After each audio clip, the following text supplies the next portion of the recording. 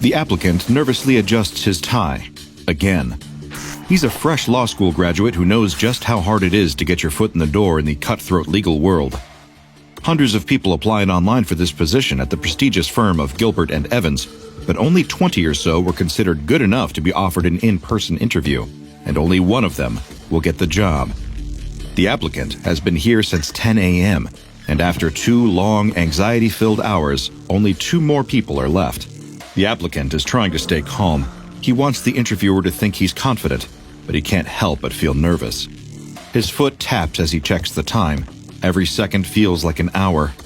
Maybe he should have brought a book. It would have kept him distracted and made him look smart in front of his prospective employer. But instead of reading, all the applicant can do is examine the office carpet. The carpet is bright red, decorated with lines that make blocky, overlapping shapes. The applicant wonders if it's meant to look like terracotta paving or something. It doesn't really match with the aesthetic of the building, Ponderosa Plaza. The offices of Gilbert and Evans are new, so new that the applicant can detect the lingering smell of the recently applied paint. He thinks he might have heard the secretary mention that the carpet got replaced recently. Aside from the secretary, the only other person in the room is the other candidate. She's been reading a book while she calmly waits to be called in. Of course she brought a book. The applicant is jealous of her calm appearance. His only solace comes in remembering that she's probably nervous too, but is just better than him at hiding it. After what feels like an eternity, the interviewer opens the door. The interviewer calls the woman's name, and she stands up, tucking her book under her arm.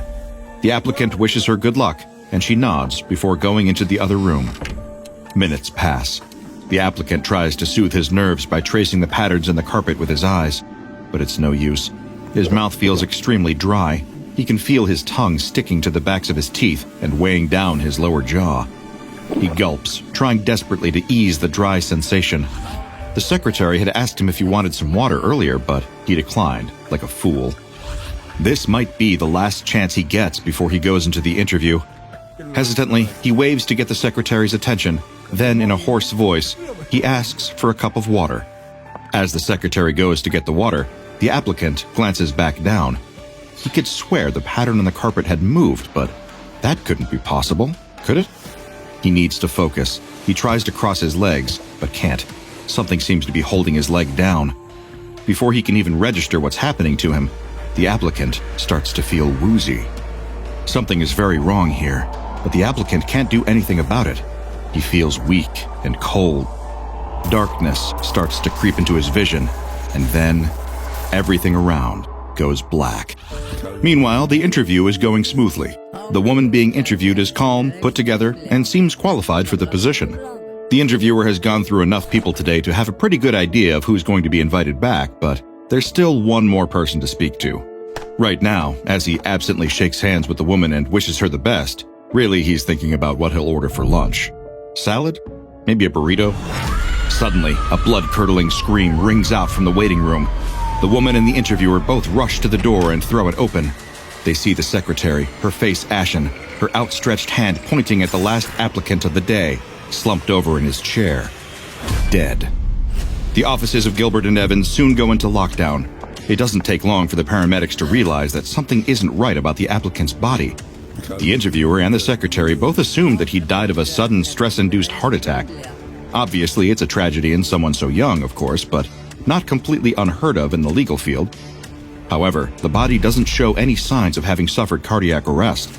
There's also the fact that the applicant didn't make a noise before he passed away, not even a gasp. In fact, it seems he went very peacefully, all things considered. But the strangest thing about the applicant's corpse is that there's not a drop of blood in his body. Not only that, but there's no blood at the scene. There are no obvious puncture wounds, but how else could a man have been drained of blood so quickly? With no other possible explanation, the death of the applicant is treated as a murder, and the city's top homicide detective is called in. The detective questions the woman, the secretary, and the interviewer, and they all tell the same story.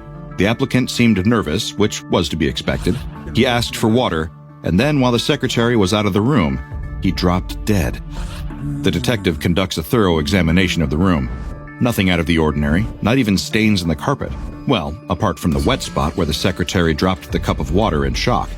The detective's best theory is that someone must have used a pump or some kind of machine to drain the applicant's blood.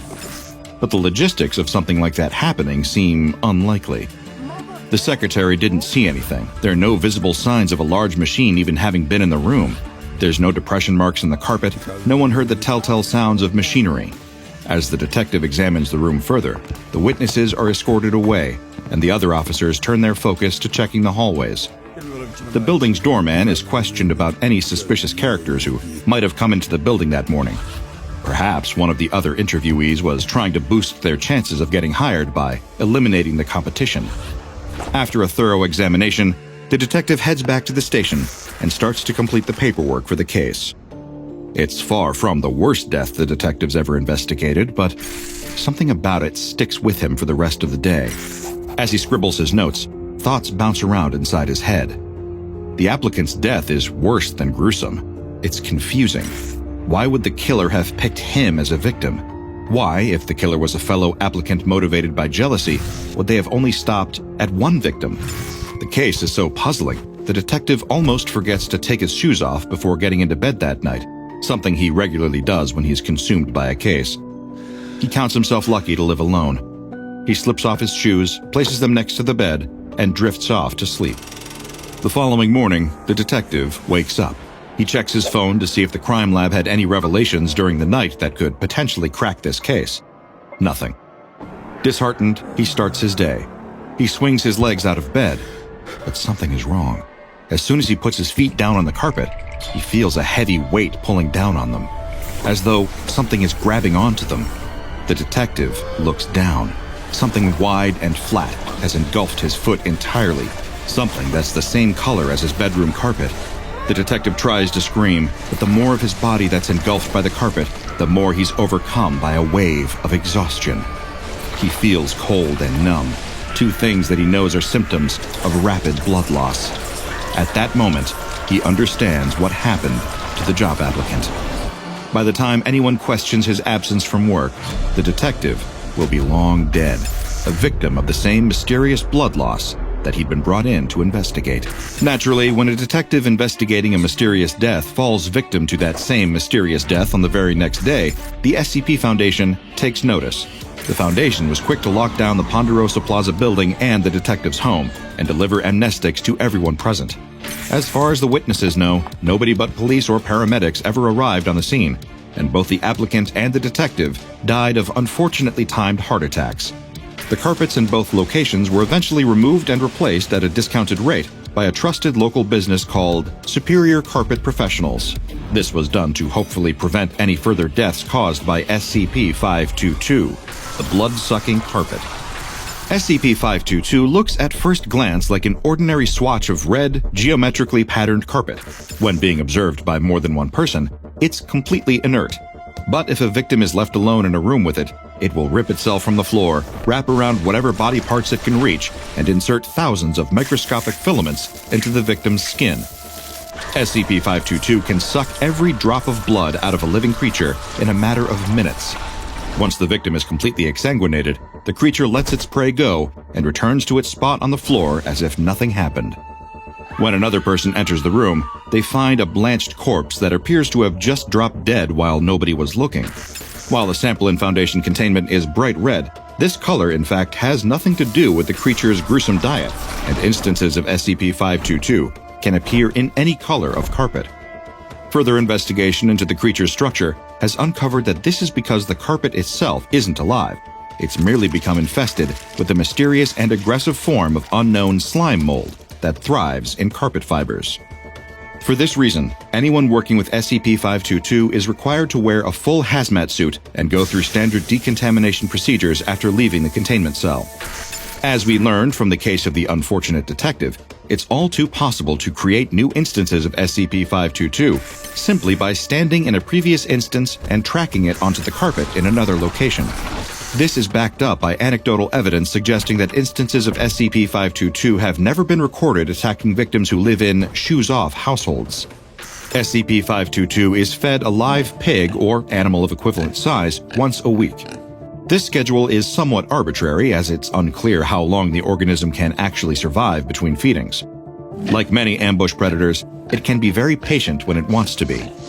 Outside of testing conditions, absolutely no personnel are permitted to enter SCP-522's enclosure without supervision. The carpet mostly behaves like an animal, but seems to have a limited intelligence or at least a higher awareness of its surroundings. Through animal and human testing, the Foundation has been able to determine that the carpet can tell the difference between a sentient person and an animal. If a D-Class is made to stand in the center of SCP-522, while another observes from the other side of the room, SCP-522 will remain inert. The same happens if a rat is placed on SCP-522, while a D-Class observes. But when two rats are placed in the same positions, SCP-522 will simply attack and exsanguinate one, despite the presence of the other. Tests involving a D-Class standing on top of the carpet while a rat observes yielded the same results. So, SCP-522 only acts when it isn't being observed by human eyes specifically. It is yet to be determined if SCP-522 knows a human witness would be able to raise an alarm and warn away future victims. Despite seeming to be aware of the difference between humans and animals, however, it doesn't seem to be able to account for the cameras that are constantly filming within its enclosure. When presented with an opportunity to hunt, seemingly nothing can stop SCP-522 from engulfing its prey. In one test, Foundation personnel stapled the carpet to the floor to see if this would impede it. A D-Class was made to stand in the center of the carpet.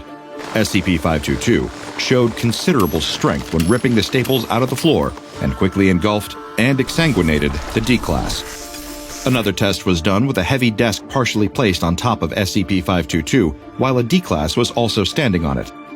SCP-522 was actually able to wriggle itself out from under the desk, exsanguinate the D-Class, then slip itself back under the desk.